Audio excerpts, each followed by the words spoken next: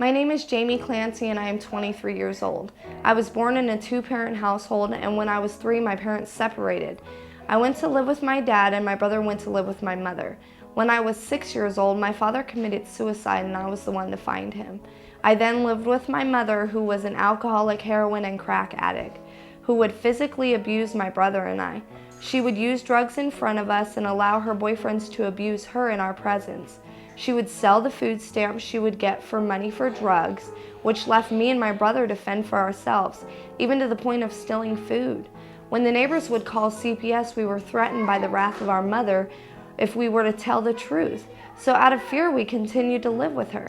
When I was 12, I started running away, living on the streets for weeks at a time.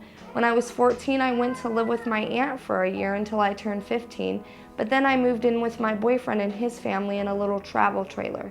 At the age of 16, I became pregnant with my first daughter, Shiloh.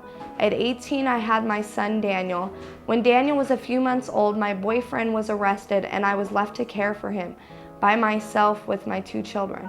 I moved here to Sacramento, where times were still tough, and I had a very difficult time finding a job or supporting my children. When their father got out of jail, we got back together for a short while until he started abusing me and threatened by him, forcing me to become homeless yet again. He then kept my children from me, which left me lonely and afraid, doubting the existence of God. After almost a year of being homeless and down and out, I found out I was pregnant yet again. I knew I had to do something more, so I contacted St. John's Women and Children's Shelter, who informed me they had no openings and actually had a waiting list of 210 people. They did give me the number for Krista Zorchak, the director of a maternity home. I did an intake meeting with her and she took me in immediately. Being someone who didn't really believe in God before coming into this home, it was quite a different situation for me, but God changed my heart and my life for the better.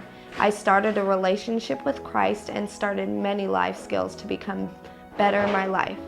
Not only was I able to have a roof over my head and an amazing support team, but I also was able to experience the best day of my life. My journal entry from 3/10/09. Yay, it's Tuesday.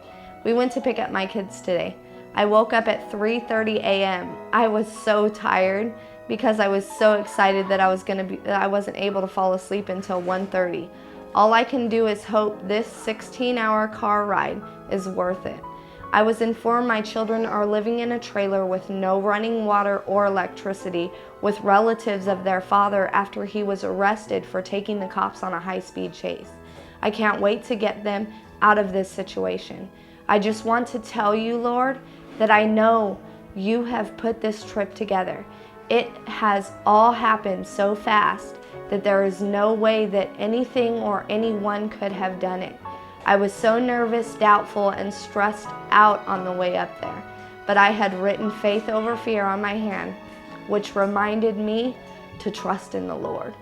The Lord led us there safely and even allowed us to find the house. As I waited in the car to make sure it was safe, I was so nervous I could hardly breathe. I was called up to the porch, and when I entered the home, there they were, my heart, my life, and my soul that I had been without for a year. Even though I was doubtful about the Lord, you made it possible for me to grab my babies and hug them with tears pouring down my face and take them with me. I don't think I could ever doubt you again. Krista, Ashley, and I got into the car and we left to take our trip home.